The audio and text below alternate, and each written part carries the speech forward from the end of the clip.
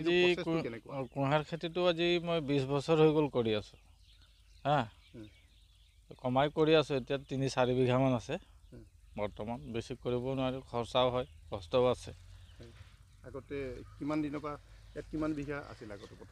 প্ৰথম আগতে 15 বিঘা 20 বিঘা এনেকৈ কৰি আছিলোঁ এতিয়া মানে নোৱাৰি আৰু চব হাজিৰা মজুৰিৰ দাম হৈ গ'লতো এতিয়া মানে তেনেকৈ লগাব নোৱাৰি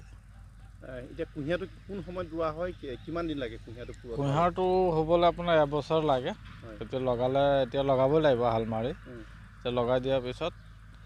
এবছৰলৈকে হৈ যায় তৈয়াৰী চৰকাৰৰ সুবিধাজনিত আমি একো পোৱা নাই এতিয়া তেনেকুৱা আমাক দিয়া নাই বৰ্তমান